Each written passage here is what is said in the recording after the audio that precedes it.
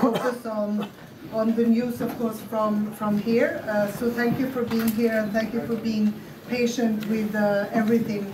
I hope that you've been taken well care of also in this building, and I want to say thank you to Boel and all those that have managed this place and the press center as well. So all respect to all of you. Thank you. Thank you. Now, you remember that a week ago when we started, we did that with low expectations but high ambitions.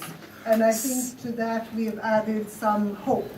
We have been happy to host these consultations. We've been happy to be a facilitator for the UN-led consultations. Today we hope that this can give also new hope to the Yemeni people and a success to the United Nations. And we are also ready to bring the outcome of the consultations to the Security Council already tomorrow.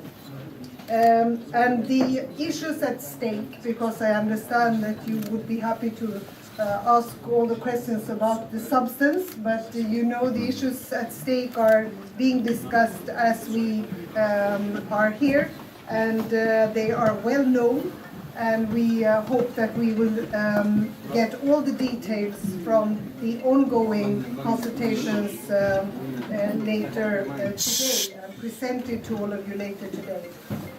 My impression is that these discussions have taken place in a positive spirit, let's call it the rainbow spirit, and also in good faith.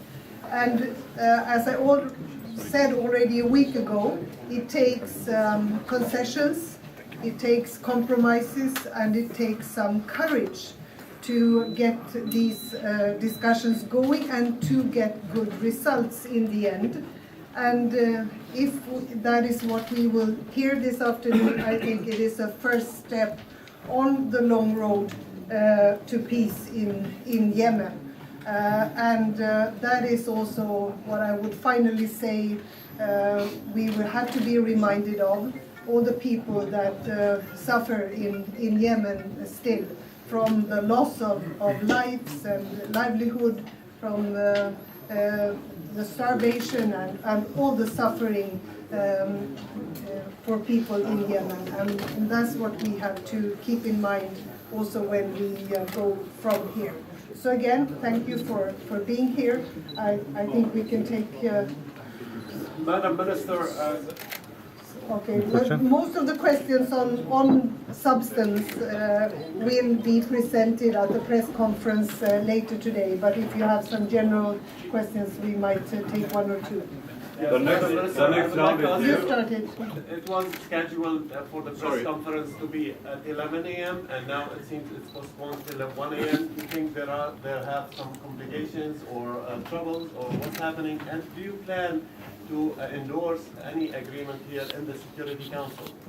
Well, this is what I said, that if there is agreement here, this is what we will bring to the Security Council hopefully already tomorrow. That's very important for this UN process, and that's also why we're happy to have the Secretary General present here, so that we see that there is a continuation of the process. But this is, I think, the dynamic of any consultation and discussion or finding an agreement, that it can also be a bit dramatic to agree on formulations and what is the outcome until the very last hours. So I wouldn't worry too much about that. The next round to be here. Are you ready to receive again the delegation? I think there will be a discussion about the next round for talks. We are happy if they can agree that there will be a next round, because I think that is a success in itself, that the process from now on will be agreed here. We are always willing to host if that is being asked from us. So of course we will try to facilitate also in the future any discussions or meetings. How important is it that Antonio Guterres is coming here today? It is important because it shows that the international community will continue to keep Yemen on top of the agenda and that the Security Council stays seized on this matter. We have insisted on that for 2 years. Sweden has been pushing very hard in the Security Council to make sure that Yemen is being discussed. And we do it from a humanitarian perspective, because this is unacceptable that people have to suffer to the extent that we've seen in Yemen, are still seeing in Yemen. Last question over here. Foreign Minister, besides possibly being another round of talks, which you said might be part of success, how does the Swedish government qualify this as a success, beyond just that they're going to talk more?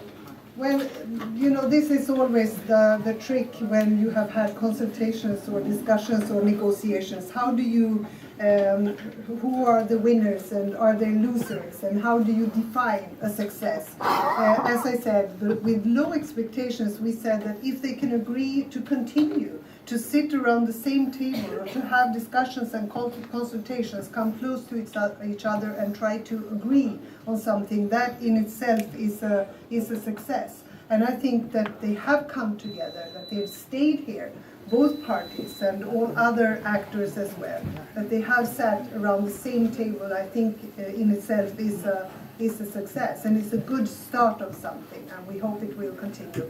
We will also follow up with another pledging conference, as we have been part of 2 previous pledging conferences, so to make sure that humanitarian assistance can reach the people of Yemen. Okay, Just one in Swedish, please. One in Swedish. En svenska. För att det här mötet ska kunna beskrivas som en framgång, vad bör resultatet bli? Jag tror att vi startade med låga förväntningar, men höga ambitioner, som också FN-sändebudet sa för en vecka sedan. Och vi tyckte väl redan från början att det faktum att man möts här, man sitter vid samma bord i sig själv, är ett viktigt steg framåt. Och om man nu kan enas om processen och samtalen, att de ska fortsätta och återupptas, så menar jag att det är en framgång. Därför att det här har fått pågå alldeles för länge, att parterna inte har kunnat komma överens om någonting. Och sen är det ju enskilda sakfrågor som har diskuterats, som man har kommit överens om, fångutväxling, och resten kommer att vara väldigt mycket av implementering.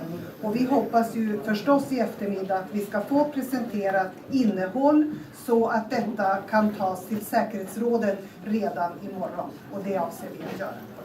Tack.